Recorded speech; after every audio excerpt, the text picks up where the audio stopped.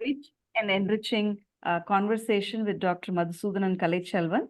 I request all of you to definitely mute yourself during the talk. And then at the end of this, we'll have some time for a few question and answers also. So welcome to everybody. Welcome to our friends from IITMAA, friends and family, and also many friends who've joined, who've expressed interest, and hence the Zoom is opened up to join, to let them in, who are all history enthusiasts and people from Chennai and outside Chennai. Welcome to all of you. Over to you, Madhu. Thank you, Dr. Malti. That was a very quite a pleasure joining such an erudite group of audience here to present or share some views of mine on the Tamil New Year, as we all popularly call it, and what is the whole point of identifying a day in a year to be called as, within quotes, a new year, and why was Chittirai, the first day of Chittirai month, chosen and has been a practice for quite some time. And it wouldn't have been a topic of discussion had it always continued to be the first day of Chittirai, but there were a couple of opinions that opposed it, and there were suggestions of how the first day of probably Thai, which is also quite a popular month, which begins with the Pongal festival, which is celebrated across Tamil Nadu and by different names in other parts of India also, that the first day of that particular month being suggested or brought in as the first day of a Tamil New Year again. So this wouldn't have definitely been a topic of academic discussion had such views didn't mushroom up. But thanks to such suggestions, we have a topic to discuss and also find out why do we so particularly choose the first day of this month, and the whole concept of the kind of calendar that we have been using here in Tamil Nadu especially, and a few allied aspects about it too. So can I just share my presentation? So yeah, I think I'm enabled to do it. Okay. Is it visible now? Yeah. Okay, so get started. விண்ணாளும் தேவர்க்கும் மேலாய வேதியனை மண்ணாளும் மன்னவர்க்கும் மாண்பாகி நின்றானை தன்னார் தமிழளிக்கும் தன்பாண்டி நாட்டானை பெண்ணாளும் பாகனை பேணு பெருந்துறையில் கண்ணார் கடல் காட்டி நாயேனை ஆட்கொண்ட அண்ணாமலையானை பாடுதுங்கான் அம்மானாய் சித்தம் தெளிவீர்கள் அத்தன் ஆரூரை பத்தி மலர் தூவ முத்தியாகுமே. I begin the evening's talk titled Chittirai 1, invoking the choicest blessings of Almighty through a verse from Tiruvachakam composed by Sri Manikavachaka Swamigal and one from Tevaram of Jnana Sambandar. The title, the talk for the evening is titled Chittirai First, or the first day of Chittirai. So with Tamil Nadu and all Tamil-speaking population majorly getting ready to celebrate tomorrow as the Tamil New Year, what exactly gave us this date, and how did we end up choosing this particular day, which of course is very different from the Gregorian calendar. It's almost a quarter of the year is over already according to the Gregorian calendar, and we are here on the in the midst of April while we call it a new year. Okay, so this discussion will walk through the concept of new year. Why do we even need a new year across the world? Every civilization, every culture has a year. So how do we determine it, and where does all of this begin? So to begin with, the concept of a calendar, the concept of Panchangam as we call it here, and calculation of seasons, calculation of dates based on either the solar, lunar, or what we call as the lunisolar, how the sun and the moon, two prominent astronomical bodies, are considered as the key element to fix time, and how do we keep track of time? How old has this been tradition? Has been this as a tradition to think about the calculating days, and why did man first start calculating or quantifying time? Yeah, so what gave rise to the birth of a calendar? So a concept of a new year across the world. Tracking time has been in vogue, a tradition that we all follow. For a moment, just think time just freezes at some point, or the concept of time is lost. Yeah, with scientists in audience, I shouldn't even be talking about all this, but yeah, just to begin a point of discussion. Yeah, when exactly did man start thinking about time? Okay, archaeologically speaking, there are a few cave paintings in countries like France and in a couple of other European countries, and Spain also, a couple of very popular cave paintings where the waxing and the waning phase of moon has been documented as glyphs or petroglyphs or cave paintings basically on cave walls by Upper Paleolithic period man. That's roughly 30 to 40,000 years back when man first started observing, or probably he got used to the waxing and the waning phase of moon, understanding how the size of the moon becomes more visible as days pass, and suddenly it kind of becomes almost invisible. And from then on, another fortnight where it starts growing again, and it becomes this full bright moon on one particular night. And from the next day, it kind of again starts, its luster starts reducing. So this particular pattern of a fortnight growing and a fortnight kind of becoming invisible and then coming back to its form has definitely intrigued early man, so much so that he started documenting this. And probably the earliest cave paintings that we get to see are from places like Lascaux, which is a very popular cave art site belonging to the Paleolithic period. So Upper Paleolithic to be precise. So that is exactly when the study of lunar growth pattern happens. That can arguably called as, from what we've gotten so far, as probably the earliest record of documenting a fortnight, or a paksha as we call it here in Indian calendar system, a fortnight typically. It starts with a new moon and then goes on till for the next 14 days. So with the new moon in place, it's like a set of 15 days that we calculate. This cycle gets repeated twice, and so that becomes a month. And then we have a set of months, 12 months, which constitutes a year. This is basically calculated based on the time that Earth takes to go around the sun and the orbit. So that calculation is there. But did it actually start on Jan the 1st? Was there a command from the sun or the Earth or anybody for that matter to say that on this day, it all sets in motion, and for the next 365 and a quarter days, it's going to take to travel the orbit around and come back to the place where it started?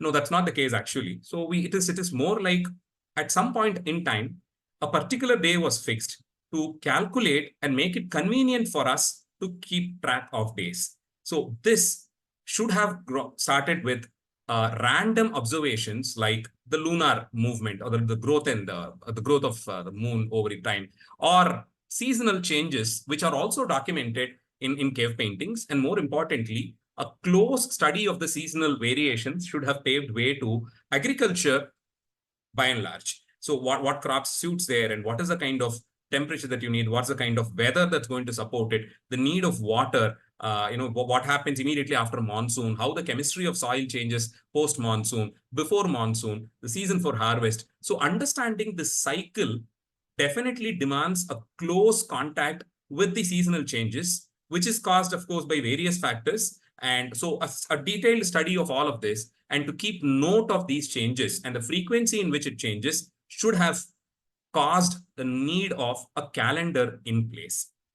Marking for 30 days, or denoting 30 days by having slant lines or straight lines also happens much later in the cave art time itself. Some archaeologists or cave painting experts opine that this is probably the earliest denotion of a month in place. So such depictions have been in place for thousands of years now, and every civilization has, for considering various factors, identified a particular day which goes well with a particular season to be the beginning of a year's cycle.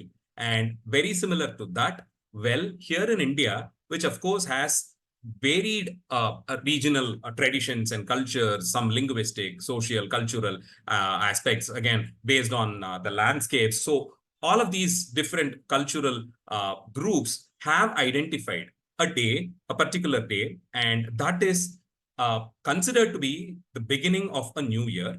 Of course, some thought process has gone in choosing this date. It can definitely not be random. For a civilized society to consider a particular day of such significance, there should have been several factors that would have gone into consideration: astronomical, astrological, seasonal, the weather conditions being a few factors that they should have probably considered. So with all these parameters in hand, and considering the concept of a new year with a new calendar. So basically, it's the birth of a new calendar and increase in the count of calendar year by 1.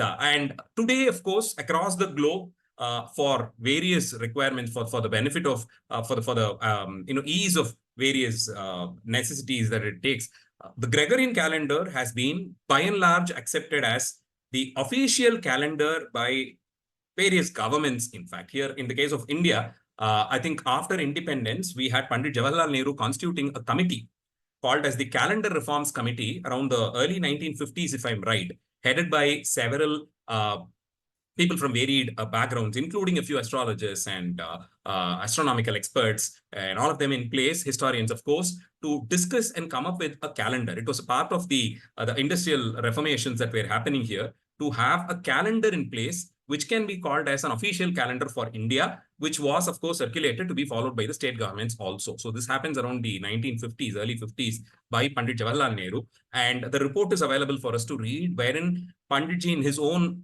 level of expertise in various fields and in-depth study, has come up with a very interesting preface note for the report. He has in fact given a preface note where he talks about various Indian calendar system that has been in practice across India over different times, and also mentions the importance of a particular calendar system which is also practiced today officially by all the state governments as ordained by this particular report in the early 1950s, called as the Saka Varusham or the Saka year.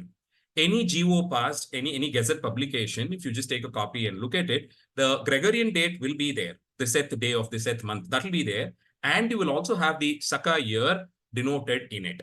So this year, Saka year or Salivahana year, as it is called, popularly believed to be named after a particular king called Salivahana, who is again popularly believed to be in a part of the Satavahana dynasty of rulers, which kind of coincides with 78 years before the Common Era. So if you want to know which Salivahana year this is, you will have to subtract 78 from 2024 and you will get the Salivahana year. So that particular system, which was in vogue across India in many culture, has been adapted as an official calendar system also here, because sticking on to Gregorian will make it look very, very colonial and, having over years, it might sound like India never had its own calendar system in place. So thankfully, they have adapted this also, apart from the Gregorian calendar, to be made an official year to be noted. And it is followed in many GOs, as we see, as it is published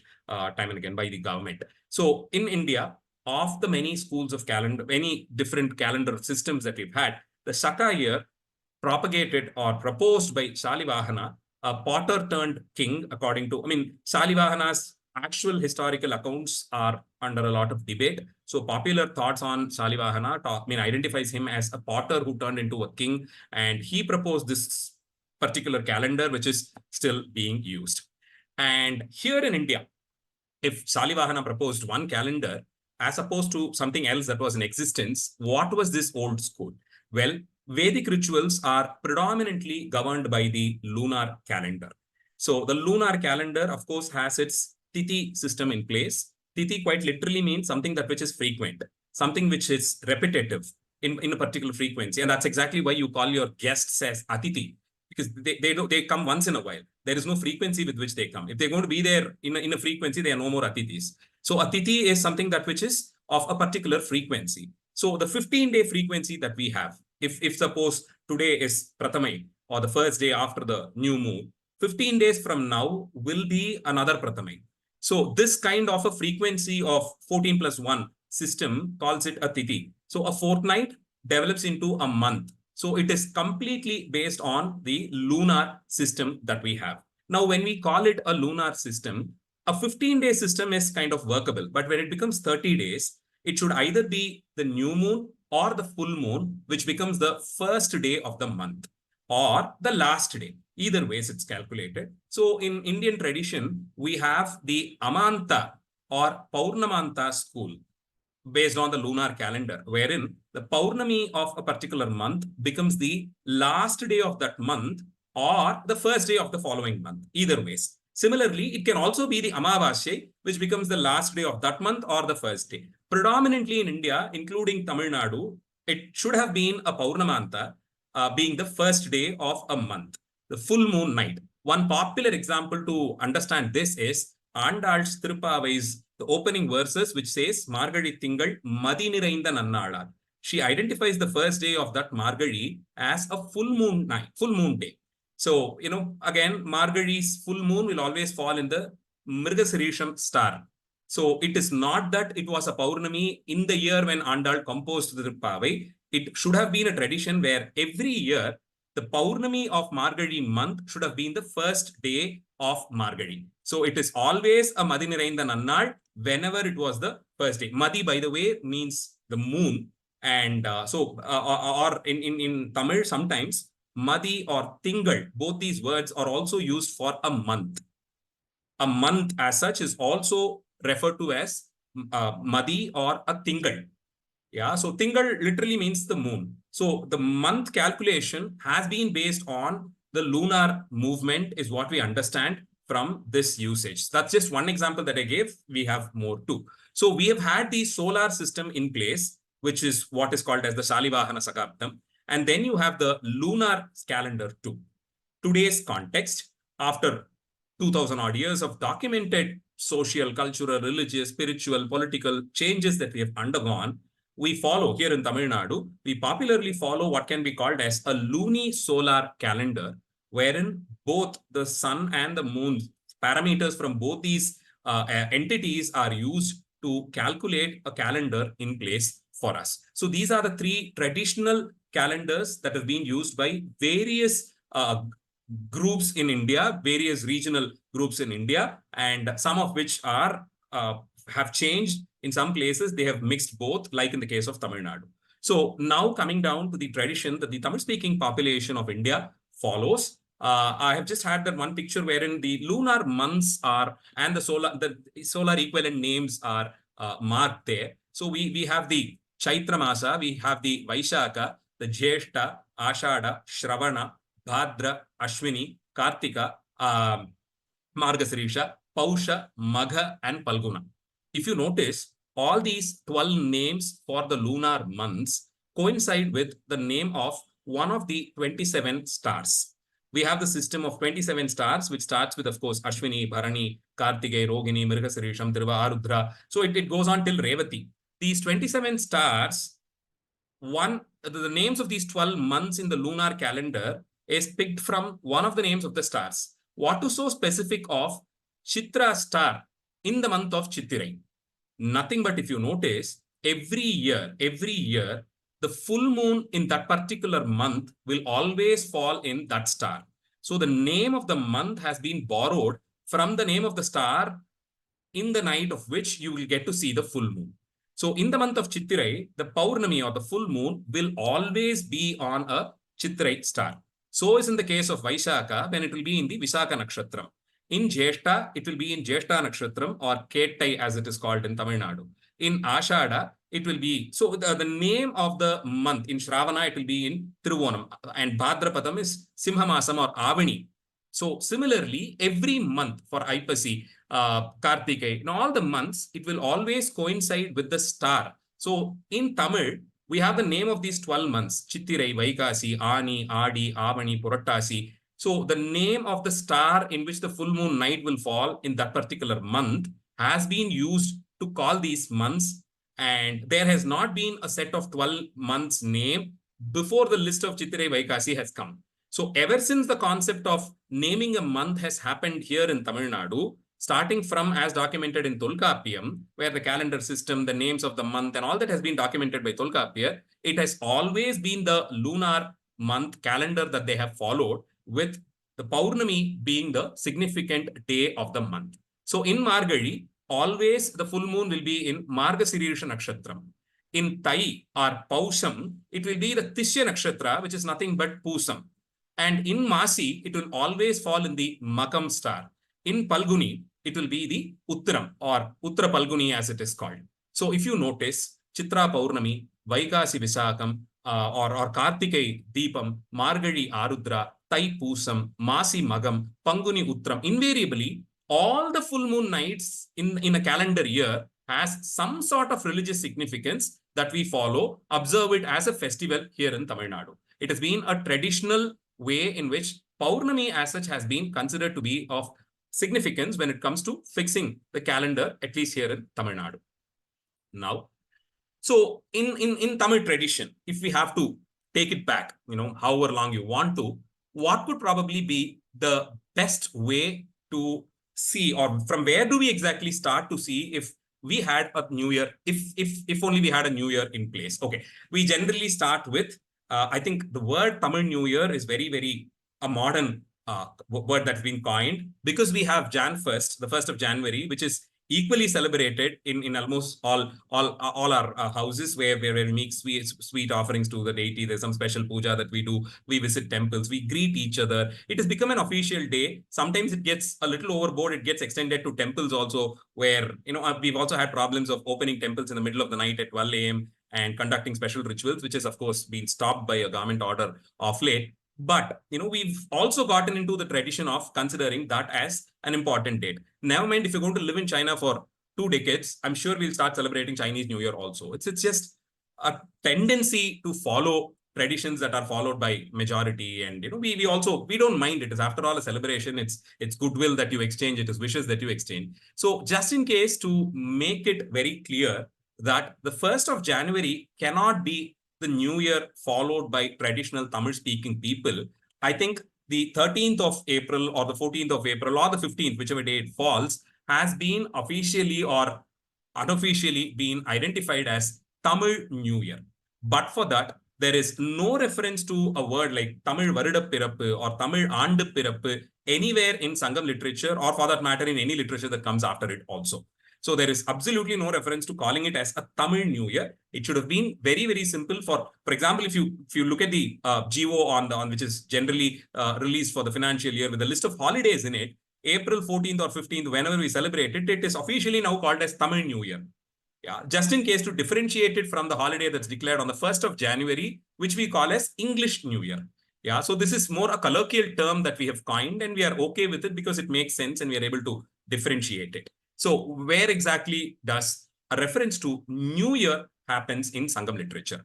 To tell you the truth, there are no direct references to the beginning of a year being celebrated, direct reference anywhere in Sangam literature, or for that matter, even in the Kavyas like Shilapatikaram and the later works also.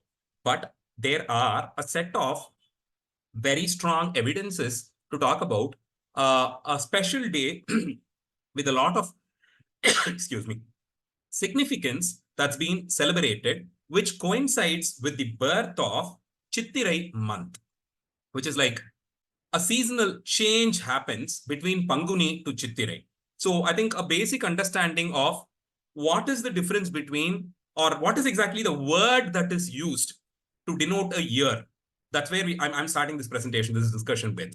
We popularly use 2 words to greet people tomorrow, right? For all our GIF and JPEG images that we're going to be sharing on social media tomorrow, we'll either call it as a Tamil Varida Pirappu or Tamil Puttandu, right? It's either Varudam or Aandu that we use. Now, Varudam, of course, it's not a Tamil word. It's derived from Sanskrit word Varsham, where again, in Sanskrit also, it is Sanskrit and other associated languages. It's used to denote a year. But technically, the word Varsha literally means the rain or a monsoon. Yeah, especially the monsoon that happens post-summer, which here in Tamil Nadu, which starts from around end of July, August, September. Yeah, when the scorching heat kind of gets over and you have the monsoon setting in. Yeah, between the end of July to September is when we have the peak rain that happens around here. So that is around Avani, which is mid-August to mid-September. In fact, traditional Tamil literature, Tolkappiyam for that matter, classifies the seasons that are experienced in Tamil Nadu and the month in which it happens. Predominantly, it's only 4 seasons. We have summer, monsoon, winter, and spring. We don't have a clear defined autumn season as such. It becomes a part of our second phase of the winter. So we don't have a specific winter. Tolkappiyam, for that matter, differentiates or says or describes that there are 4 seasons that we experience here in south of India, which is monsoon, summer, spring, and winter. And if you want to put it in an order, it starts with spring, followed by monsoon, followed by winter, and then summer. So this is the order in which the seasons happen here. By that norms, we have the monsoon happening in Avani, which is mid-August to mid-September. It sets around that time and goes on for another 45 to 50 days. So Samvatsaram is probably the appropriate word to denote a year in Sanskrit. But the tradition of calling a year as Varsham should have happened after starting a year from the monsoon, because the heat waves kind of settle, it kind of gets extended into the spring also. And with spring, activities comes to a close. And once the monsoon sets in, starting from around Adi or Avani, in fact, the traditional sannyasis follow what is called as a Chaturmasyam, which starts around the same time, because the monsoons are going to be heavy. For them to travel from one place to another is not going to be possible practically. So they settle in one place and observe a vratam for the next 3 or 4 months. Yeah, so monsoon also seemed to have been a beginning of a year, the seasonal change as it is. But in Tamil literature, there is no reference to the monsoon being identified as the beginning of a year. So going to Tolkappiyam, where he has defined the 5 different landscapes in Tamil Nadu, we are generally used to list this in a particular order, right? We call it as Kurunji, Mullai, Marudam, Neidar, Palai. So we generally started with Kurunji, which is the mountainous region, and then Mullai is the forest, Marudam is agricultural land, Neidal is coastal region, and Palai is the dry arid region. So we follow this list. We have this list starting from Kurunji, but Tolkappiyar, for certain reasons, likes to enlist it starting from Mullai. Mullai, Kurunji, Marudam, Neidal, Palai. That's how he calls it. That's because Mullai is probably the first point of a settled civilization that starts. So identifying the need for, emphasizing on a settled lifestyle, probably Tolkappiyar has followed this tradition of starting from Mullai, then Kurunji, Marudam. And therein, he also identifies specific seasons which are quite popular or which are much more stronger in each of these landscapes. In that list, it is the rainy season, the monsoon, that is associated with the Mullai or the forests. Yeah, where the clouds kind of cool and then they start showering. So there he gives us that the monsoon season is associated with Mullai. And Nachinar Kiniyar, who's a popular commentator on Tolkappiyam, says, Singa vorai thodangi, Karkadaga vorai mudiya, vor aandu adalin. He gives this clue, a popular phrase from Nachinar Kiniyar's commentary, where he says, Singa vorai. Vorai, of course, it's should have had its own Egyptian or a Greek origin from the god Horus, who's very popular in Greek tradition. So he's a very popular god, and he generally claims ownership over time. So the word Horai should have come from Horus, who also has some Egyptian background, and then he goes into Greek mythology. So Horai should have been borrowed from there. So this is basically to denote time. And here he says Singa Vorai or Simha Masam, which coincides with Avani or mid-August to mid-September. So Nachinar Kiniyar says the calculation of a year starts from Avani or Simha Masam and goes on till Karkadagam or Adi. So the 12 months, we name each of the month after the star in which the Paurnami falls. In a couple of other traditions, like for example, the Keralites have the habit of identifying each of the month after these zodiac signs. So Chittirai is called as the Mesha Masam. And so the second zodiac is of course Rishabham. So Vaikasi is called as Rishabha Masam. And likewise, it goes on till the Meena Masam, which is the 12th month, which coincides with Panguni. So coming back to Nachinar Kiniyar, he is probably the first person who identifies the beginning of a year from Singamasam, which is Avani, and goes on till Adi. So that's a calculation which he gives. But this is for the first and the last time when a reference to a year being calculated from Simham to Avani or Avani to Adi happens in Tamil tradition. Before or after him, nobody seemed to have given a reference to it. So Horus as Orai comes from Horus, or hour as an element of measurement of time. But again, he says that the monsoon season's beginning is from Simhamasam. From there, the seasonal variations happens. But there is absolutely no reference whatsoever to a new year being celebrated coinciding with this particular period or the monsoon. Setting the new year associated with monsoon cannot be the case because monsoon kind of arrests us makes us stay at home. There is no scope for celebrations. So we don't really look forward for monsoons to have a festive season. So coming back to it, this particular phrase has brought up a lot of questions from people who oppose the concept of Chittirai first, asking as to why it cannot be Avani, because Nachinar Kiniyar says this, but Nachinar Kiniyar's reference has got to be understood in context. This only talks about beginning of monsoon and from where he studies the season, and not identifying this as the first month of a year. So coming to Andu. So Varusham as a word refers to the monsoon, Varsha Rutu. So from where we have, of course, it has been borrowed from Sanskrit, and we've been using it conveniently to refer to a year. But in Tamil literature, the most appropriate word to refer to a year is Aandu, which is also a concocted version. The word Aandu should have been Yand with a Y.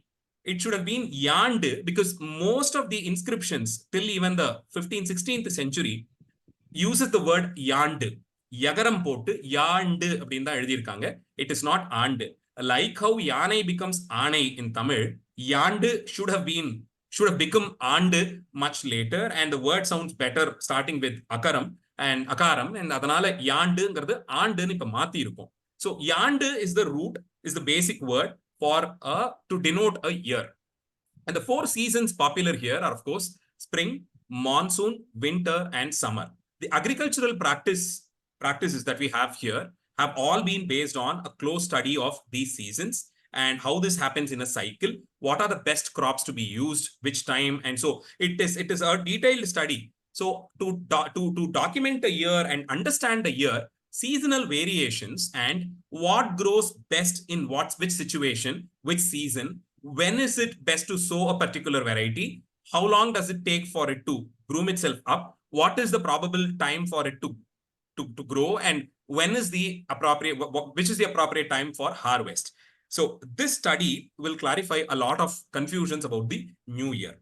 So the word yand, if we have to etymologically study it, where does it come from?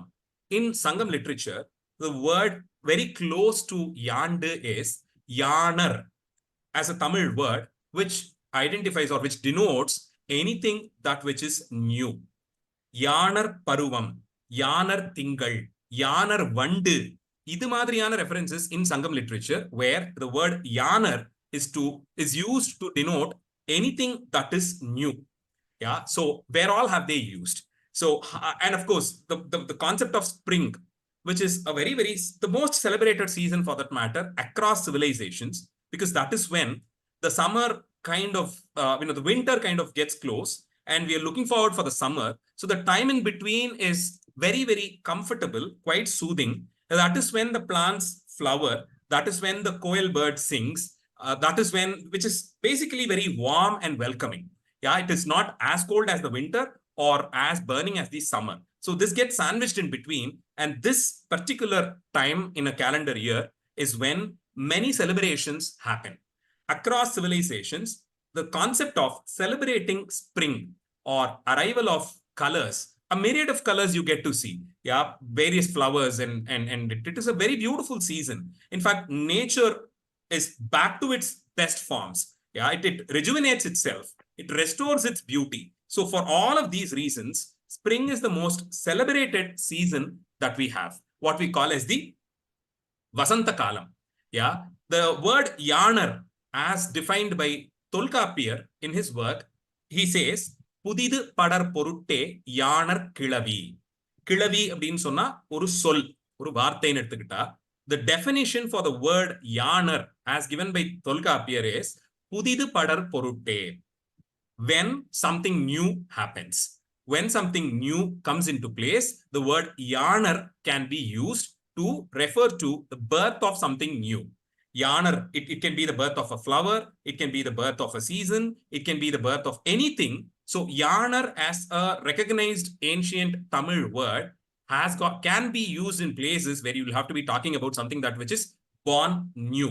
புதிது படர் பொருட்டே யானர் கிளவி. With this in hand, I'll just walk you through a couple of verses in Sangam literature where the word yanar has been used and in what context. In a very popular verse in Purananuru, we have the flowering of Vengai Kongu flower. The Kongu buds start flowering. Nalichine Vengai Nal, Malar Nachi, Kalichurumbu Aratrum, Sunangin, Sunangu Padirnde, Yanar Kongin Avir Mugai Yelli. So Vengai flowers, they bloom in summer. I'm sure for the alumni of IIT Madras, you don't need an introduction to Vengai flower. We see it in many parts of Chennai. It was one of those native trees that were planted when the city kind of started developing. In almost all the new localities that have developed where you have avenues of trees, Vengai tree was planted in places like Adayar, Besanagar, and in these areas you see a lot of Vengai tree, which has these very beautiful small yellow flowers. And especially in this season, coinciding with the new year, when you walk on the streets, the entire street, you get to see it carpeted with these flowers. They bloom in bunches, in bouquets. And as the flowers keep falling, it's like a shower of golden flowers. Yeah. So that particular tree, Vengai tree, this verse talks about how it has blossomed on the tree branches, and the honeybees come there as the first thing in the morning to drink honey from it. And it buzzes around these flowers. When they use the word Yanar Kong here, Kong of course refers to the bee. So the earliest bees come to the Vengai flower coinciding with the month of with the season, the spring season, and drink the honey from it. And the bee that comes early in the morning is also called as Yanar Vandu, or the fresh bee, the bees that have just arrived there first thing in the morning. So everywhere the word Yanar is used, it is basically to denote that which is new, that which is born new. For that matter, in Hindi, we have the word Kali, which refers to flower buds, and the word Kalyan, which means the flowering of buds. So technically, when a bud flowers, that is, the occasion is called as Kalyan in Hindi, which I think is the root for the word Kalyan or Kalyanam to denote a wedding, as we use it very popularly today in Tamil.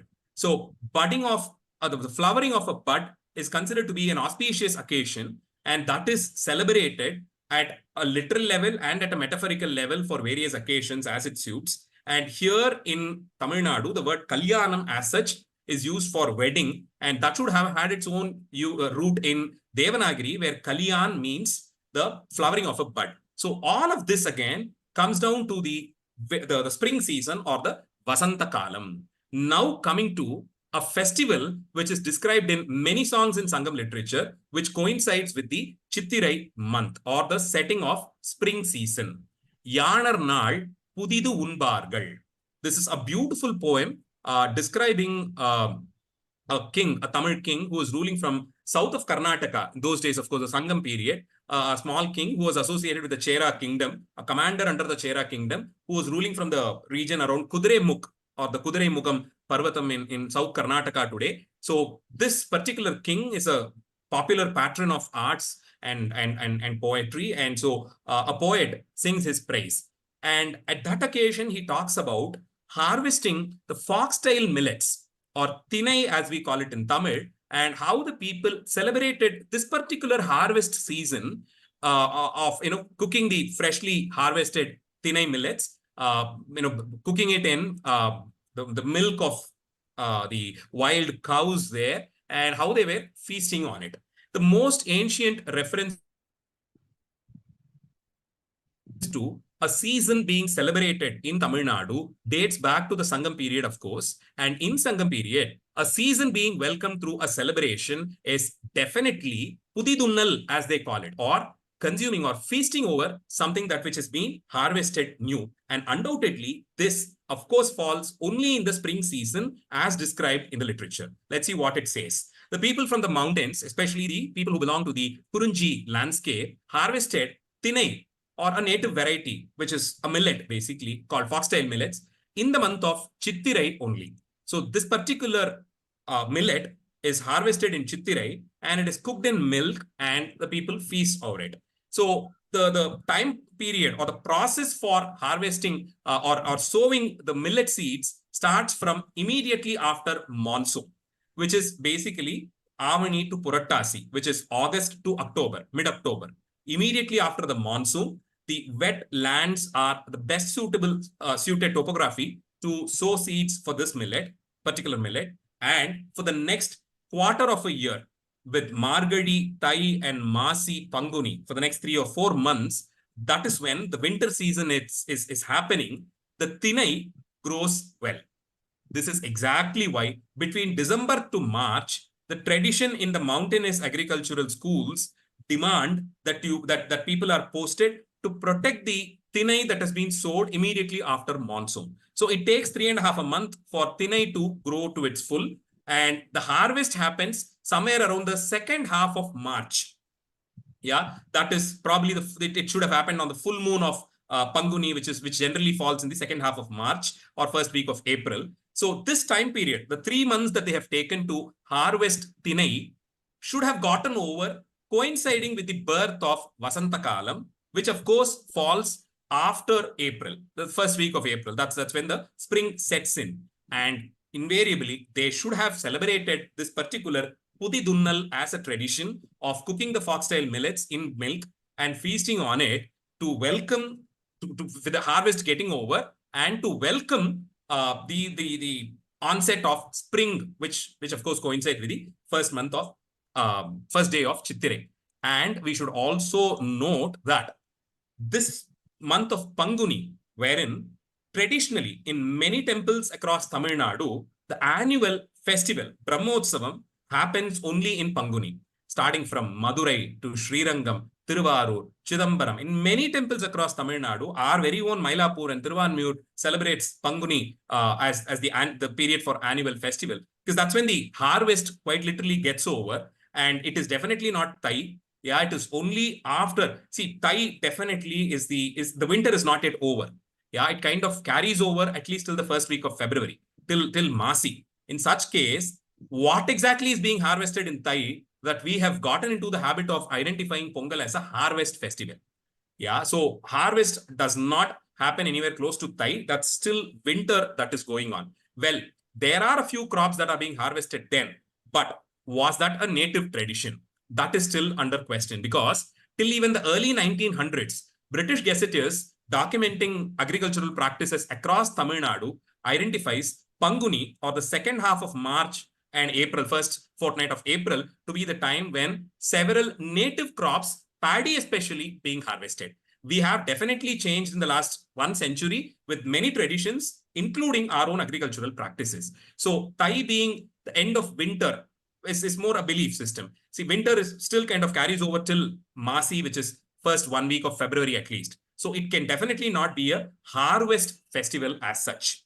Yeah, and none of our traditional literature, starting from Sangam period, identifies Tai to be the time when we celebrate agriculture as a practice, harvest as a tradition, or more importantly, there is absolutely no reference to worshipping the sun god with Tai in place. That is not at all there. It is only in the last 100 years, due to reasons many, we have gotten into the habit of identifying this as the worship of sun god.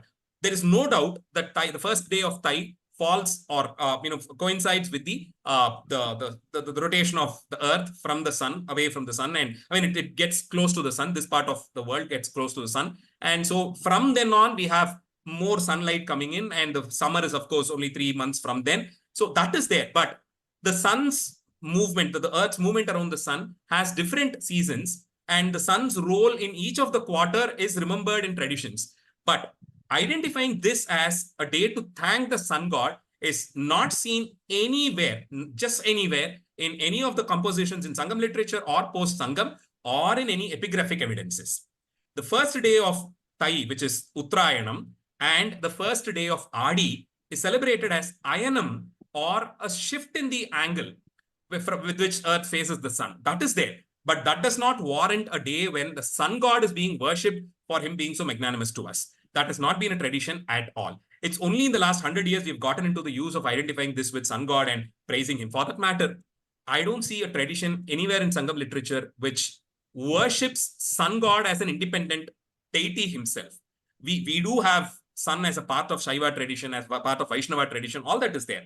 But worshipping sun god as an independent god with a set of traditional practices to worship him, does not find place anywhere in Tamil Nadu. For that matter, the Cholas, who identify themselves to belong to the solar race, do not call sun as their Kula Deivam.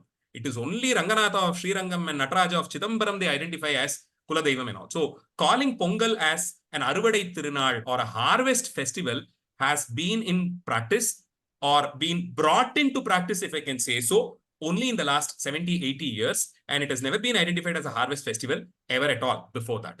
And it is only in the month of Panguni that we celebrate all these festivals. And more importantly, Panguni full moon day, which is the Uttram, Panguni Uttiram, invariably is the day of all kinds of celestial weddings that we celebrate in temples across Tamil Nadu, be it between Vishnu and Lakshmi, Swami and Ambal, Muruga and Valli, or Rama and Sita. In fact, Rama Sita's wedding is identified with Panguni Uttram.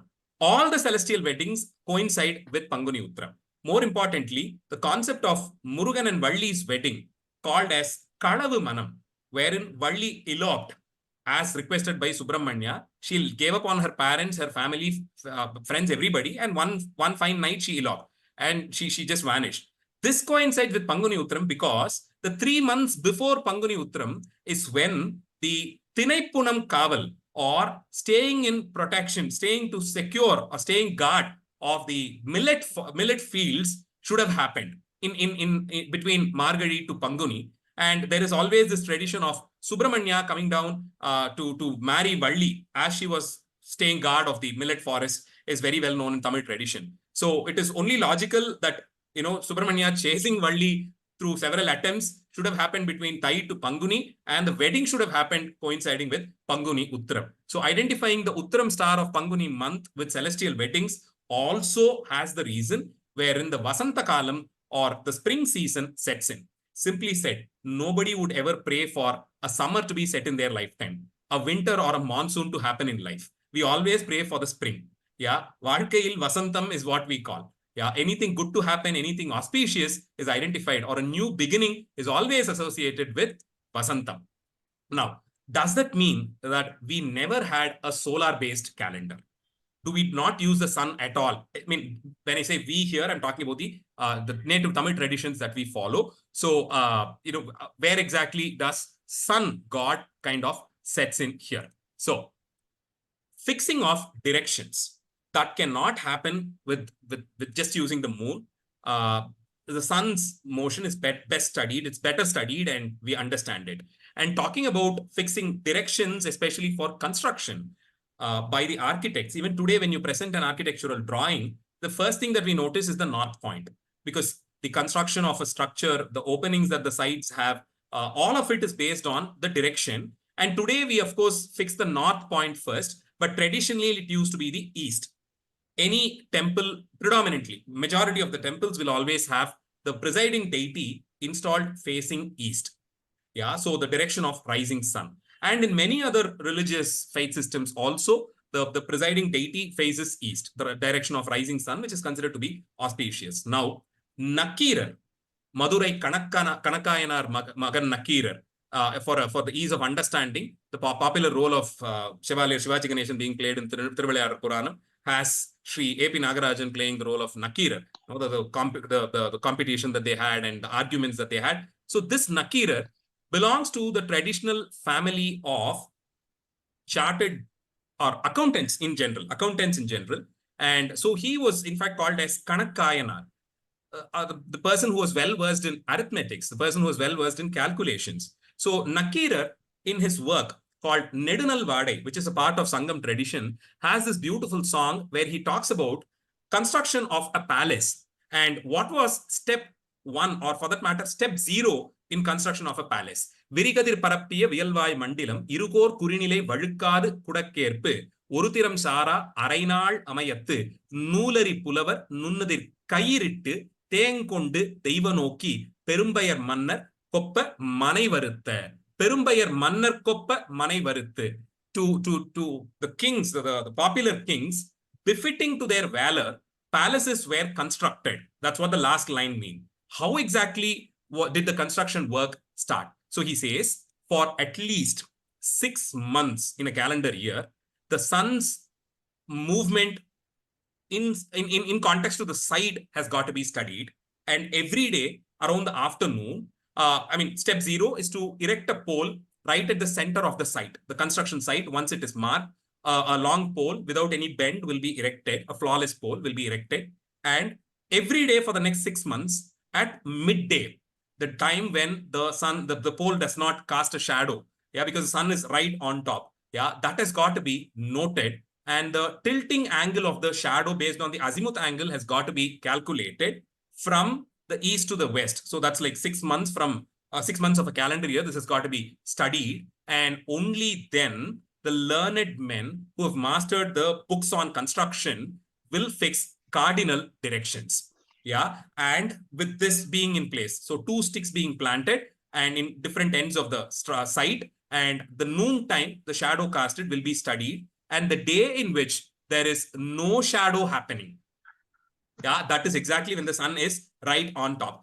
So that day is identified when the sun's shadow does not fall on the ground. That day they fix a thread connecting these 2 sticks. That direction or the axis is considered to be the east-west axis. Now this has got to be done for any new construction. That is exactly, I say, when you have to construct something traditionally, the first step is to fix the direction. Today, of course, we have a mariners, we have compass, we have apps, everything is in place. Those days, for a flawless certification of direction, it will take a minimum of 6 months to identify the east-west axis. And only based on that, the east direction will be marked to such precision. From there, the 360-degree angle, or what the degree concept, or what is called as pagai in Tamil, will be marked. With east-west axis being marked, deciphering the north-south is no big deal. You have the 90-degree angle in each quadrant, and that getting split into 360 points. To such precision, they have had their construction in place. The usage of degrees or pagai is needed, especially when they'll have to fix channels for water, sewage drains, considering the slope and the direction in which it should flow. So when it takes acute angles, so how to calculate and correct it. So all of this happens. For all of this to fall in place, the study of sun's movement based on that land for a complete calendar year to identify the 360 degrees from around a point was done extensively to such precision, celebrated precision, in fact, wherein Nakira says they were the Nool Ari Pulavar. Now, today, the word Nool literally means a book. Also, Nool is a word that we use to refer to a thread, a piece of thread. The architects, even today, or masons today, always you see them with a plumb line, an equipment called a plumb line, which has a thread, of course, with some kind of a heavy object fixed to it at the end. It looks like a pendulum, a simple pendulum, with which they identify straight surfaces. So that has multiple usages. So having a thread with marked ends is something that the architects traditionally carried in those days. Before you had scales or rulers in place to measure, it was only thread with knots at specific intervals that they used. So Noolari Pulavar also refers to the people who carried a piece of thread and people who were well versed in the texts with respect to traditional construction.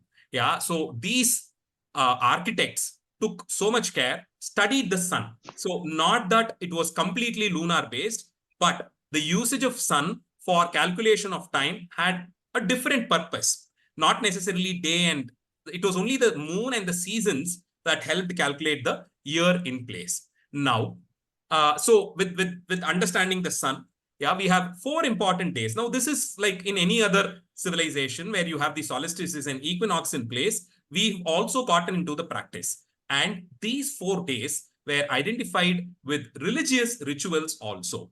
Starting from around the 10th century, in almost all major temples across Tamil Nadu, where we have extensive donation by the Cholas, some extending even up to temples in Andhra like Kalahasti, Tirupati, and some in South Karnataka, where these 4 days were prominently celebrated. The Uttarayanam, which is the first day of Thai, Samvatsaram, or the first day of Chittirai, Dakshinayanam, first day of Adi, and Vishu, which is the first day of Tulamasam or Aipasi. Technically, birth of every quarter was celebrated. And the 3-month period is to denote the relationship that this part of Earth has with sun. So Uttarayanam is when it enters the north. Around Chittirai, it comes to the southeast when the northeast when it receives maximum light. And then Dakshinayanam is when it's like 6 months, 180 degrees, it's gone to the south. And then Tula Masam is when it goes to the southeast, from when you have the setting of winter from Aipasi, which is mid-November, mid-October to mid-November. So Chittirai, which is the first month, and Aipasi, which is exactly 6 months from then, have been a very, very significant day in traditional Tamil calendar. So much so that almost all households will celebrate the first day of these 4 months, Thai, Chittirai, Adi, and Aipasi. All major temples in Tamil Nadu will have some kind of a festive occasion associated with these 4 days. And all the traditional ones like Madurai, Srirangam, Tiruvarur, in these temples, we see a very grand celebration. And that celebration is not new. We have epigraphic evidences starting from the times of 10th, 11th century, especially during the peak Chola period, starting from Rajendra Chola's time to all the Kulotungas, where we see the Vishu Punya Kalam and Ayana Punya Kalam. So of these 4 days, Chittirai and Aipasi is called as Vishu Punya Kalam, and the Thai and Adi is called as the Ayana Punya Kalam. So we have the Uttarayanam, Chittirai Vishu, Dakshinayanam, and Aipasi Vishu. So 2 Vishu Kalams and 2 Ayana Kalams are the 4 most significant days. And every time this is referred, it starts from Chittirai Vishu. The very word Vishu as such is used in inscriptions. It is today we use it in context to only the Kerala's New Year, as we call it, which also kind of coincides with the Chittirai first date, 1 or 2 days this way, that way.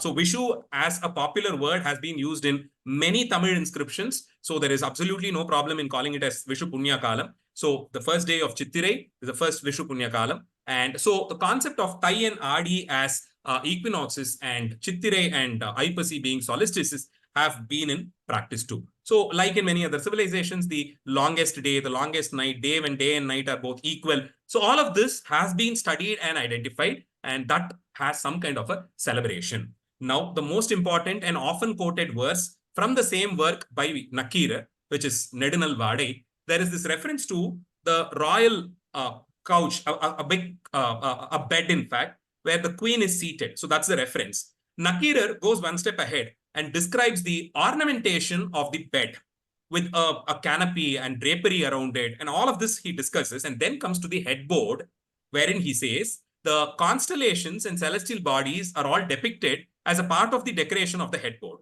And there he says the sun is located in the center with the 12 zodiacs depicted around it. And this list of zodiacs starts with Aadu Talayaga. Aadu literally means Mesha Masam, which is of course Chittirai. So identifying the constellations starting from Mesha Masam or Chittirai Masam, with Ram being the depiction for, in zodiac, the Aries as we call it, it's the ram that is depicted, right? So a rough translation goes this way. The sun that roams rapidly in the sky, along with many other constellations, starting with the ram or the goat constellation, shown with a ram with strong horns. Tiridarum being Tinnilai Marupu. Marupu refers to the horn. Yeah, the sharp horns of the ram. So the zodiac system as depicted in the headboard of a queen in traditional Tamil Nadu, or which also falls in line with the 12 months, starts with Aadu or Mesham. And that is exactly why we use the word Aandu there. Yeah, Aadu or Aandu. Aattai. In fact, the most popular Tamil word that you see in inscriptions to refer to a year is Aattai. In the Aattai will mean in the Aandu. Yeah, so Aattai definitely starts from with Aadu in its place. இப்போ கூட கொலோக்கியலா பேசும்போது when somebody gets involved in something stealthy, ஆட்டைய போட்டுட்டான் அப்படின்னு ஒரு வார்த்தை use பண்றோம் இல்லையா? We use this phrase, right? So ஆட்டை there literally means an aadu. So the tradition of robbing or stealing goats from their settlements, which used to be a tribal tradition of stealing. So அந்த வார்த்தை அப்படியே இப்ப வரைக்கும் use பண்றோம். So ஆடு ஆட்டை இது ரெண்டும் ஒரே வார்த்தை அர்த்தத்துல தான் வருது. So ஆட்டை அப்படிங்கிறதுல இருந்து ஆண்டுங்கிறது வந்ததுன்னு எடுத்துக்கிட்டோம்னா, ஆண்டு of course starts with ஆடு, which is மேஷம், and that is where the concept of Chittirai comes in without any doubt. Seasonal traditions, I'm just concluding. The 30, so how do we have the nakshatrams, the 27 nakshatrams and the 12 rasis fitting into each other? So the 30 days when the sun enters what is called as the Mesham segment. Traditional astrology in India is bound within 12 houses. You know, the traditional Jadagam, if you see, anybody's Jadagam will have 12 square boxes in arranged in a radial pattern. So in the 12 boxes, refer to each of the 12 zodiacs again. So each of the segment is named after Mesham, Rishabham, Meenam, and the Ade, Mithunam, and the rasis that are used. So the sun as an astronomical body enters each of the house, or 1 month that it takes for the earth to go around its own axis. So other sun order movement நம்ம எடுத்துக்கிறோம். So adile the first house, if I can use the word, or முதல் வீடு as we call it in astrology, is called as Mesham or Aries, the first zodiac. From there, every month the sun kind of shifts. Basically, the earth finishes its one rotation. Yeah, so adile oru vida it moves around is what we call, we understand. So here we have, starting from the Mesha Masam or the Adu, the first month as it is called. And the month we always understand sun and moon to be in diagonally opposite. Yeah, by quality, by virtue of temperament, their looks, everything, they are basically understood according to traditional astrology as equally opposite entities. So when sun is in Mesham segment or Mesham Veedu, it only means, goes without saying, that the moon's position will be diagonally opposite to it, which is Tulam, the Tulam house. So when sun is in Mesham, one diagonal from there will take you to Tulam house. So Chandra stays in Tulam house, which will again mean Tulam house will have 2.5 segments of the 27 stars. So 27 stars are divided equally between the 12 zodiacs, which will mean each of the zodiac will get 2.5 stars. So that way, the full moon in that particular phase of Chandra will have one particular star on that day, which will be Chittirai, which is a part of the Tulam house. Likewise, in each of the house, as the moon moves being chased by the sun, the full moon night will fall in one of those 2.5 stars. Yeah, and that is how the full moon night is calculated. So the full moon night on one side and opposing it with the sun in place is how the name of the house and the full moon of that month is calculated.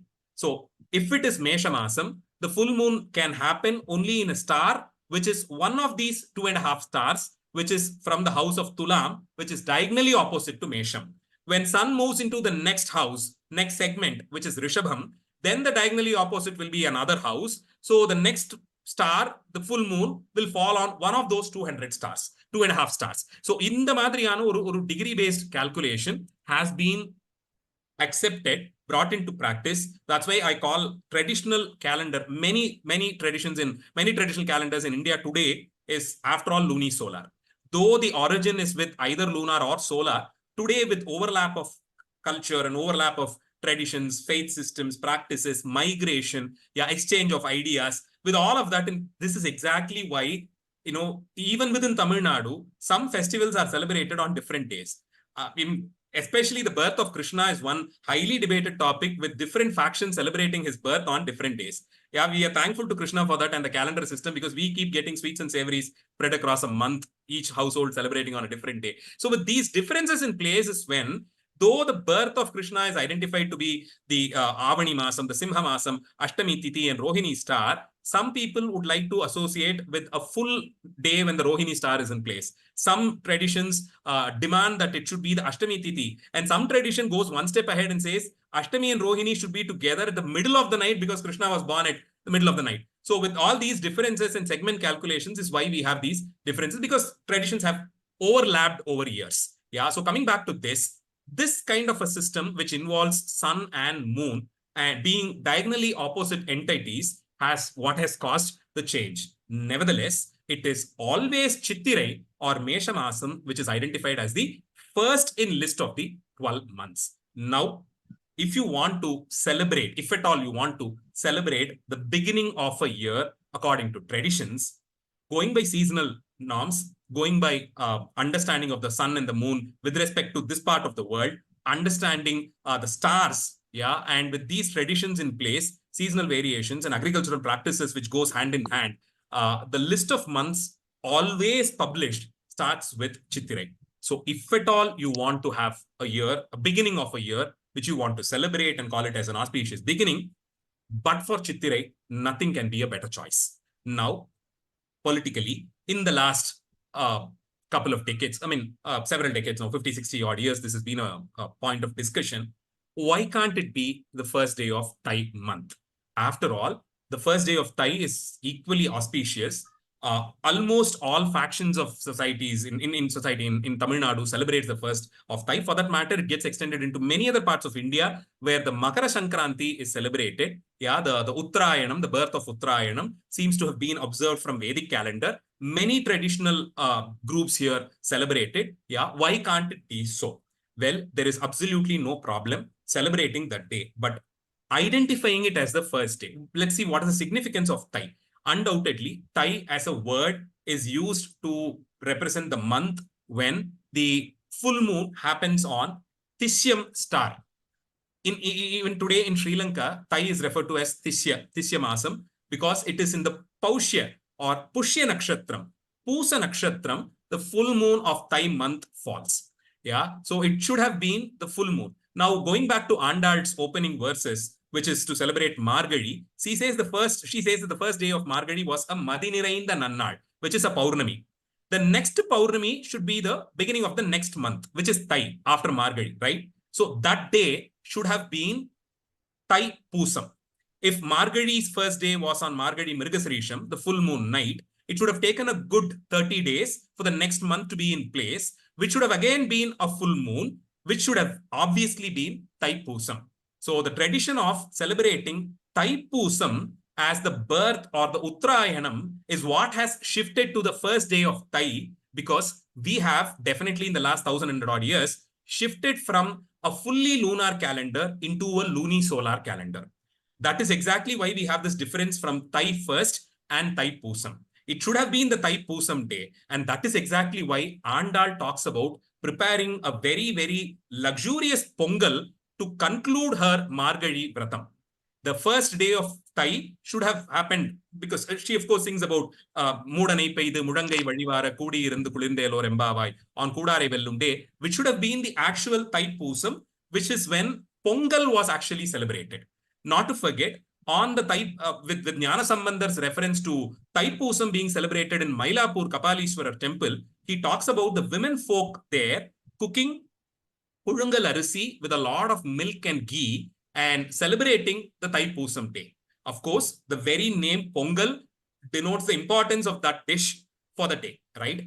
It's just called Pongal when we cook rice and milk, and it's shared and we all have fun. So the Pongal celebration as such and the significance of preparing that particular delicacy on that day coincides with the conclusion of Margazhi Nonbu, about which Andal sings, and the reference to Thai Pusam as it was celebrated by the women of Mylapore, as referred to by Jnana Sambandhar in his Thevaram. Yeah, he in fact says, Maipusum one pulukkar, Neipusum one pulukkar, Nerirayar Kondadum Taipusam. Nerirayar refers to the young women there, and they dip each paddy in a bowl of ghee, and so each paddy is dipped in ghee and that is cooked.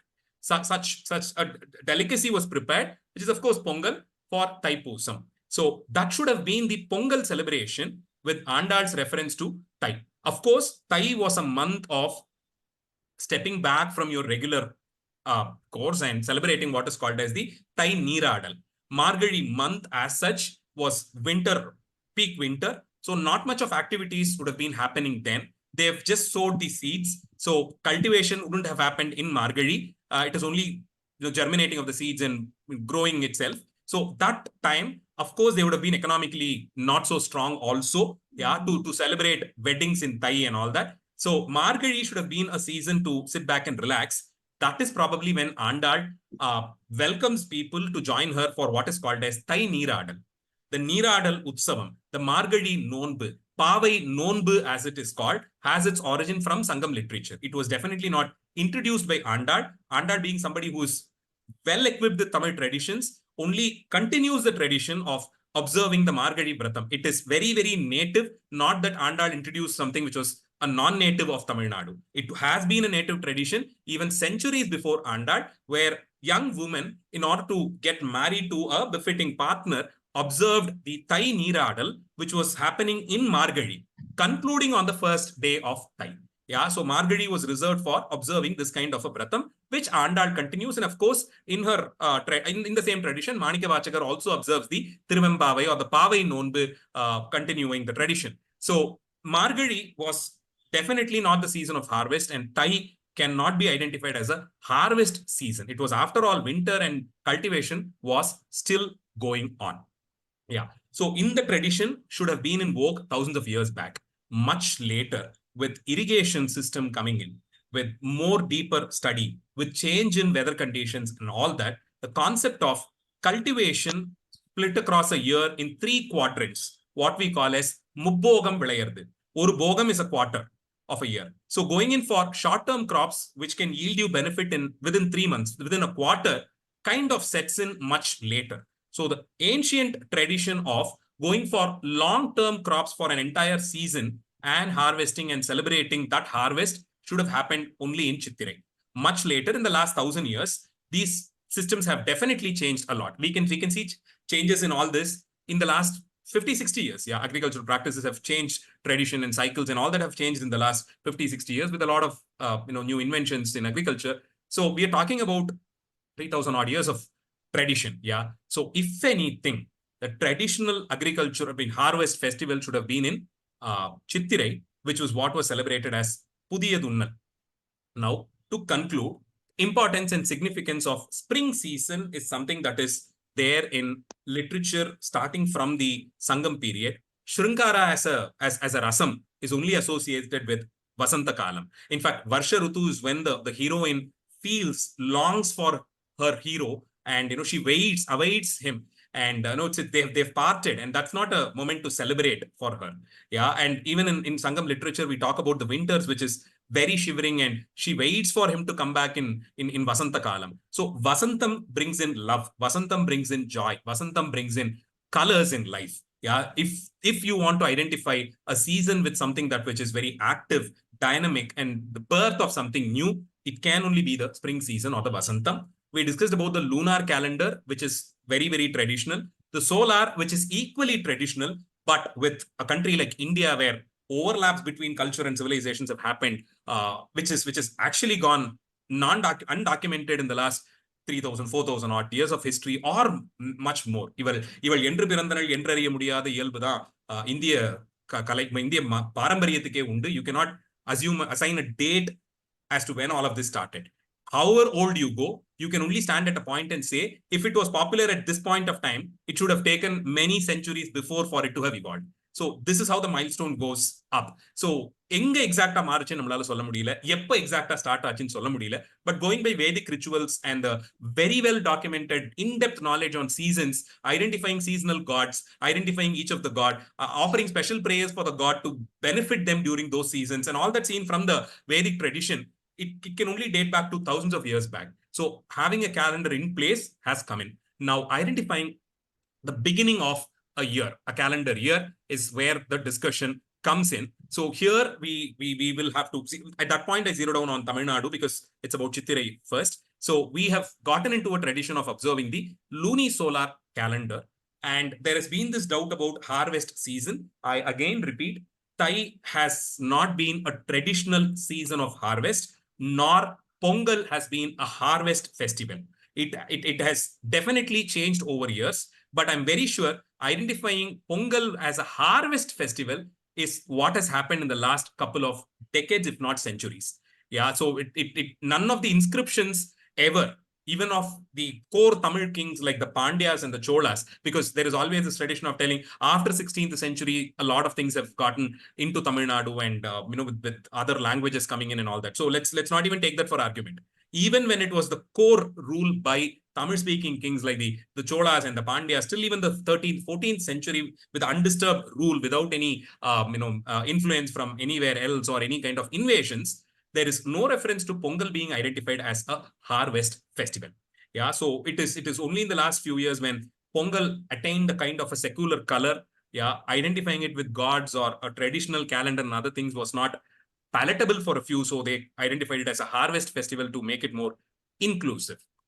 Mesham and Chittirai, identifying the 12 zodiacs with the 12 months, or identifying the star in which the full moon of that month falls, has been the ancient tradition. So it is either Mesham, Rishabham, Mithunam as a set of months, or Chittirai, Vaigasi, Ani, Adi, named after the stars. This is how any old calendar reads in Tamil Nadu. There is absolutely never ever a published list of months which starts with either Thai in the lunar set or Makara Masam in the solar set. Yeah, it has never been ever published. Sangam traditions, there is, as I told you, no direct reference to a new year being celebrated.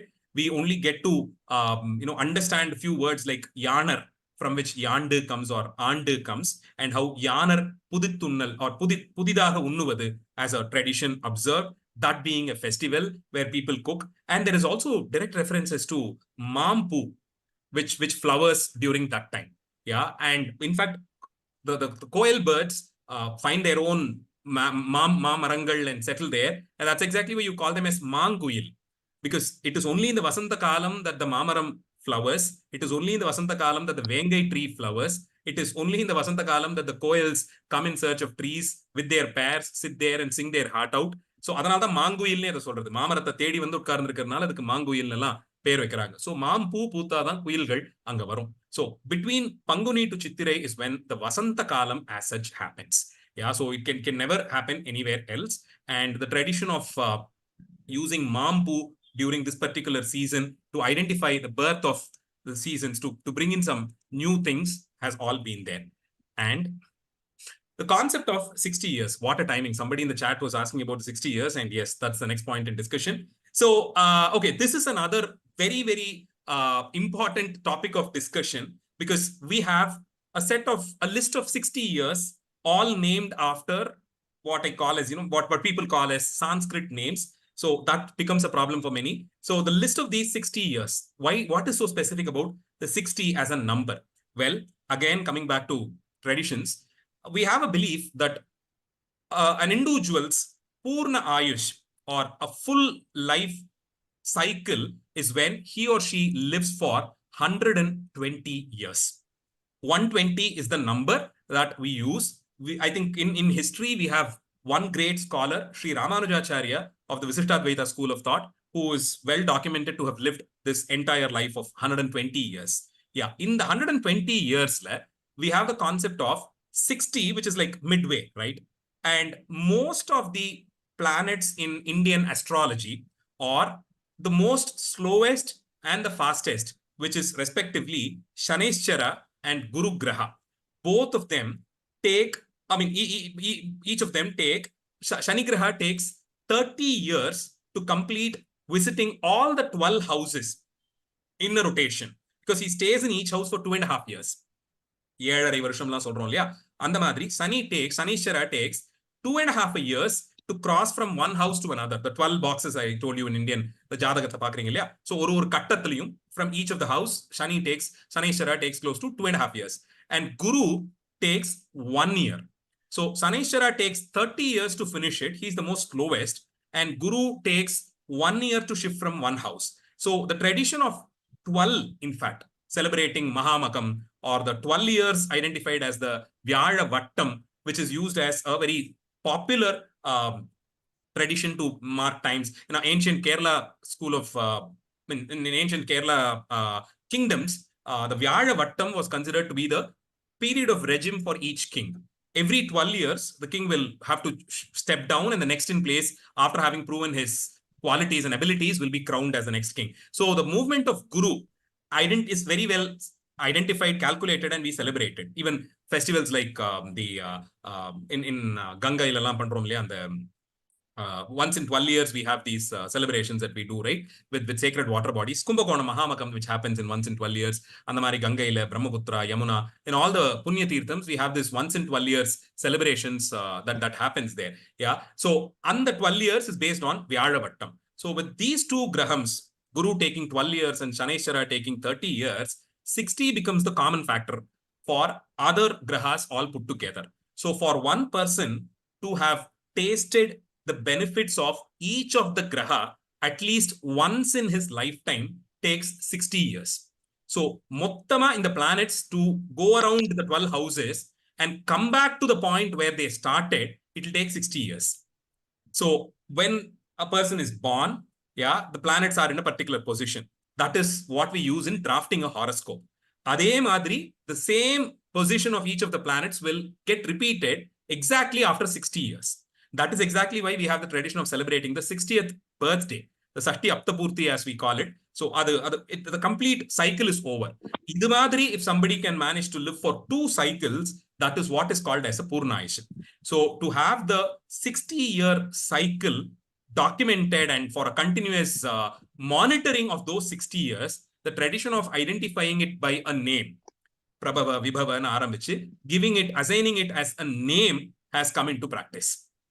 But this, as a tradition in Tamil Nadu, does not appear in inscriptions anytime before 10th century at least.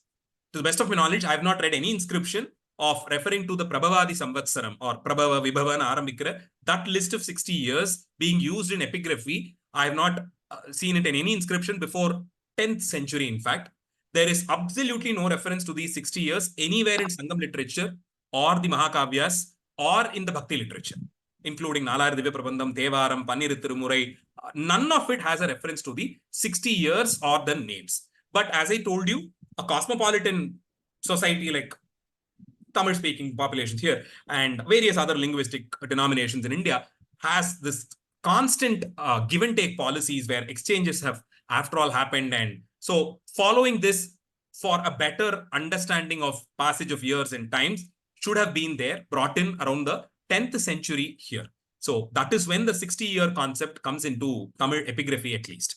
Yeah. About the names and a very popular, very erotic story involved in the 60 years. Of course, maybe in another discussion, I can throw some light on it. For the want of time, I'm not getting into that. So now my question is, should we really call it as Tamil New Year? If at all you want to celebrate the beginning of a year based on your faith system, your religious affiliation, and if you think Chittirai 1 is the most logical to be called as the birth of a year, to be identified as a day that was observed by the Tamil-speaking population for thousands of years now, it can only be Chittirai 1.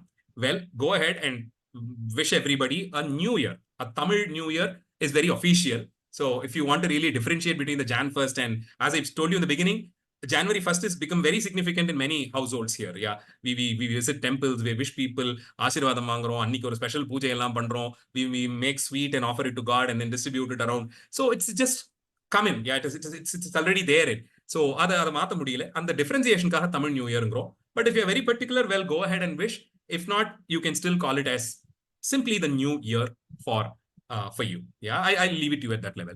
Vasanta Kalam being identified as the birth of a new year is not restricted to Tamil Nadu or just India. This is a tradition that you see in many ancient civilizations, including the Iranians, the traditional Mesopotamians.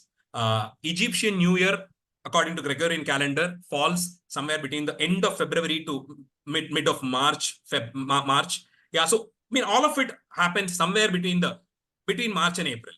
Yeah, and across India, there is no doubt. Most of the tradition, including people who speak mostly forgotten languages like Maithili or Sinhalese, most of them, all of them in India, majority of them celebrated coinciding with this, either the end of March to middle of April is when it is celebrated. And in other countries in Northern Hemisphere, especially when the summer kind of sets in and winter kind of gets over and sandwiched in between two, you have the Vasanta Kalam or the spring season is when they have celebrated. So it's not just restricted to Tamil Nadu or other parts of India. It's been a global concept when Vasantam is being celebrated. Now I take the opportunity to wish you all a very, very, very happy New Year / Tamil New Year. And so these are points that I have used from my little knowledge in Sangam literature and epigraphy and just put in this presentation here. So I'm thankful to Dr. Malati Raghunath for having organized it and for all of you in audience for having signed up for this on a Saturday evening with a festival happening tomorrow to listen to it. Hope you all enjoyed it. And if it is possible, you can throw open the floor for questions. At my level, I'm concluding it. So, Murthy Ellam Vali, Yengal Mono Guru Vali, Arul Varte Yendrum Vali, Anbar Vali Parabarame. Lam Shri Tyagaraja Kripai, Shri Tyagaraja Maharaja Vijayate, Arura Tyagesha. Thank you. Nandri, Kalaichelvan. I cannot be more thankful to you for not just starting with all the seasons and including all the traditions, not only in India but abroad, and also clarifying the level of Sangam literature with which you have brought out all these evidences. Definitely, எல்லோருக்கும் இனிய கிராதி யாண்டு கிராதி யாண்டு Krodhi Yand. Krodhi is slightly a little difficult thing for me to say. I feel as if it's filled with some anger. I hope not. So I want to open up for a few questions with Dr. Madhu. Yeah, sure. Go ahead.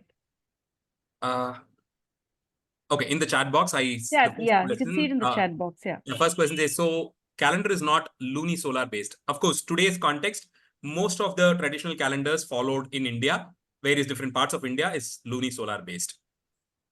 The next question from Thiru Gopal. The time period between two consecutive full moons or new moons is 29.5 days. So 12 lunar months will be 354 days. Should this coincide with the time Earth takes to go around the sun? How is the remaining 354 days accounted? We have the concept of Adhika Masam. So, that is exactly why we add 1 day or 2 days to different months. In Tamil calendar, if you notice, sometimes the Margazhi especially is when conveniently many days are added to it. Sometimes you have 32nd day or 33rd day also to Margazhi. So whatever is remaining is spread across the year. Margazhi is when they keep adding more days. So much so that, Tirupavai, we have only 30 verses. Each verse associated with the day. And the last 3 days, Pasurame illennu solli last Pasuradiye thirupa sevichindrupom. And in temples, we have one family associated with each day's sponsorship. And if it's going to be an Adhika Masam with 3 days, we'll have to go around finding new sponsors. So the extra days are always spread across the year, as it happens with the case of leap year and some February 30 days kuda 2020 la kuduthiranga 2000 la kuduthiranga and madri accommodate pannikiradhu undu. Maximum of up to 33 days kuda we have gone here in Tamil calendars.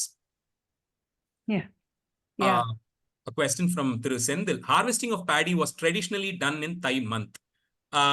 It is being done in Thai month now, but majority of the verses in Sangam literature talks about harvest of various different crops, not just paddy, different varieties of millets and all that happening around the little before the Vasanta Kalam, and allowing the land, getting it ready for summer, and then it being showered during rainy season, and then sowing during winter, and then the next set of 6 months it grows. So that's how it's been. From Tirumati Indra Sundar, during 12 Garuda Seva in Tirunangur, we came across Thirumangai Alvar hiding in ripe paddy. Yeah, it is likely that harvest was in Panguni or later. Exactly. So the concept of Thirumangai Alvar actually getting into the paddy stocks. In fact, there are several references in Tamil literature which speaks about how the Vasanta Kalathula harvest happens, which is coinciding with Panguni and Chittirai, and the heap of paddies are just allowed to be smoked by the heat from the ensuing summer through the summer that happens between May to June. So adula vandu, if it is going to be smoked up well with the heat that comes in, that generates, it is very easy for the rice to be இதெல்லாத்தையும் எடுத்துட்டு அடிச்சு நெல்லுல இருந்த அரிசியை பிரிக்கிறது becomes easy around July August. So அதுக்கப்புறம் ஆடி மாசம் we say ஆடிப்பட்டம் தேடி விதை. In Adi, during a little before monsoon, you have the sowing of seeds happen. With Avani and Protasi having the monsoons coming in, then it becomes easy for the harvest. So Adi Masam vidaikkirudhu appadina, they should have harvested only a month or 2 before, which is obviously Chittirai. Please throw some light on the 60 years concept. Yeah, I just threw light when you had that question in the chat box. Fool's Day on April 1st was celebrated because it was New Year in the West and Gregorians had to have this changed. Yes.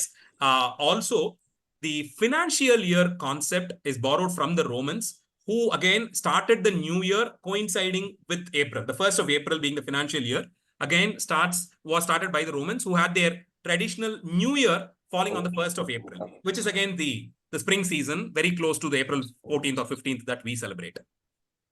Thank you all for your comments. Hey, super. Thank you again. A great audience. I really appreciate Dr. Kalaichelvan's, weaving in all the traditions and quoting. Sorry to interrupt. I think there's one more question. Yeah, go ahead. Sorry. May I know why did the first day of Thai or Margazhi change from the full moon day to another day? And how did the first day of Thai get a special focus on the sun god? Okay, so I was telling you, from a purely lunar-based calendar, we shifted to a luni-solar calendar. So again, reminding you of Andal and Tirupavai, the first day of Margazhi is identified as a full moon day, full moon night by Andal. She calls it as Margazhi Tingal Madi Nirainda Nannal, which will mean 30 days from then, for that month to get over, will be the next full moon, which should have been Thai Pusam Day.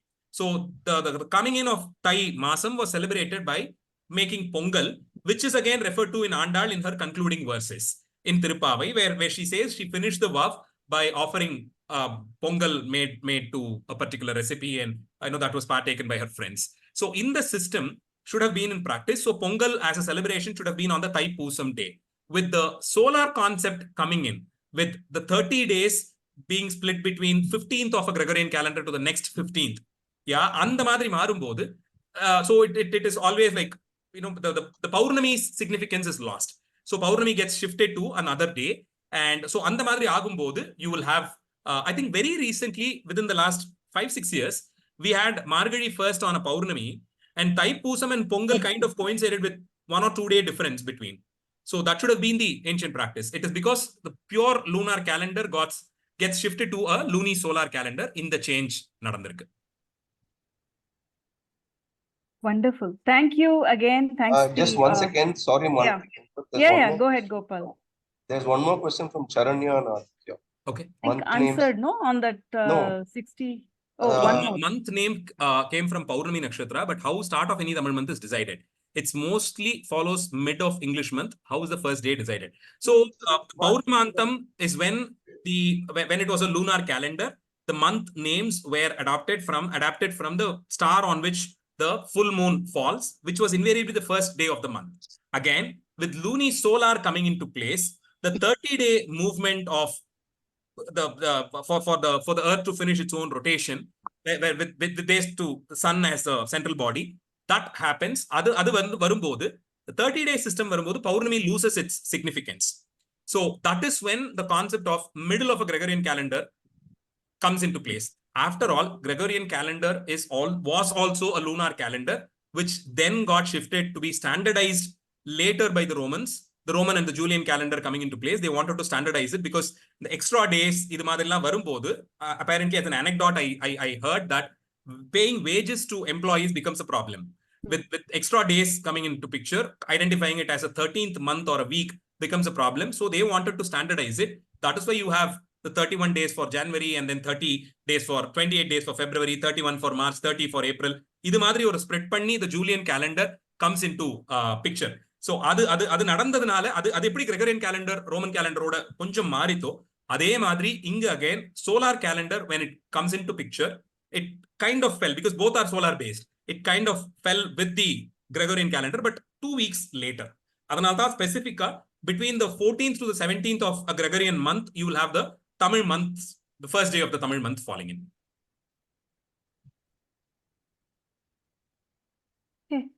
I think we'll close now. Thank you so much, Dr. Madhusudhan and Kalaichelvan. Thank you for a wonderful, starting from the very beginning to the end, maintaining an interest for all of us. Really blessed to have heard this today. And as we get into our new year tomorrow, wish everyone a great Vishu. Yandu, Puttandu, Pudiya Yandu, I can say that. Thank you so much. And thanks for being a great audience and a very nice set of questions that were posted. Really thankful to all. Thanks to the IITMAA team, which has been at the backbone of this Zoom call. Thank you one and all. This recording is available. It's going to be posted in our IITMAA YouTube channel. And those of you who would like to look it up and share it with all your friends, please do so. And once again, thank you. Have a great evening and have a great new year tomorrow. Bye. Thanks, Madhu. Pleasure. Thank you. Thank you. Thank you. Thank you, Dr. Madhusudhan Kalaichelvan. It was very, very Pleasure, sir. informative and enlightening. Thank you very much. My pleasure. Thank you. Thank you all. Thank you all. Thank you, Madhusudhan, on behalf of Thank you. IIT Madras Alumni Association. Thank you. Thank you, ma'am. Thank you. Bye.